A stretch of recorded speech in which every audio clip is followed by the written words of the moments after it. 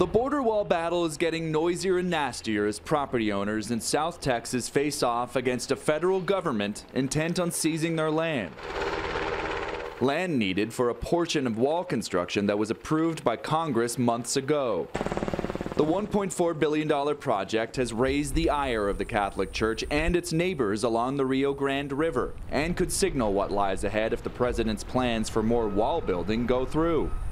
The La Lomita Chapel, the namesake for the city of Mission, Texas, happens to be in the middle of the already approved path. Building could begin as early as February if lawsuits don't stop at first. But it'd probably go either on top of the levee or right down at the base of the levee. Father Roy Snipes, often donning a cowboy hat with his crucifix, is a Catholic priest in the Oblate Order, which has ministered in the valley since the 1840s. We're here at the old La Lomita Chapel, which is the kind of the mother church of our whole area.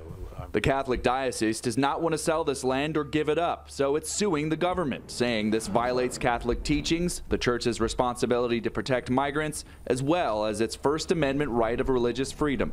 This serenity and simplicity of the place would be ruined. Much of the approved construction project will look like what you see behind me: asphalt, concrete, and massive steel ballards for a fence line. Though many in the valley say the price of this physical and visual immigration deterrent isn't worth the cost of heritage if the federal government takes private property by eminent domain.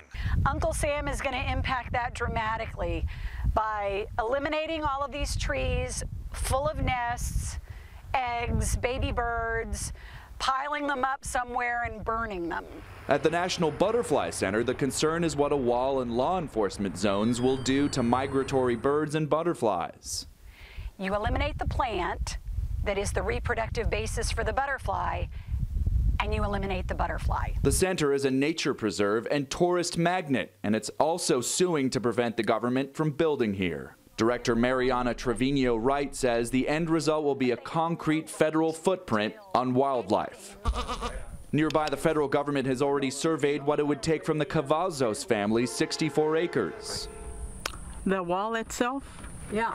It's not going to stop anything. Many families like them have multiple heirs to their properties, so the total impact of land seizures is yet unknown. Construction may cut off access they have to the water they grew up fishing on. From the same river Father Roy uses to boat to work. For God's sake, leave our chapel alone. You don't have to build a wall along this beautiful river. If you're the smartest and richest and most powerful people in the world, can't you think of something better than that?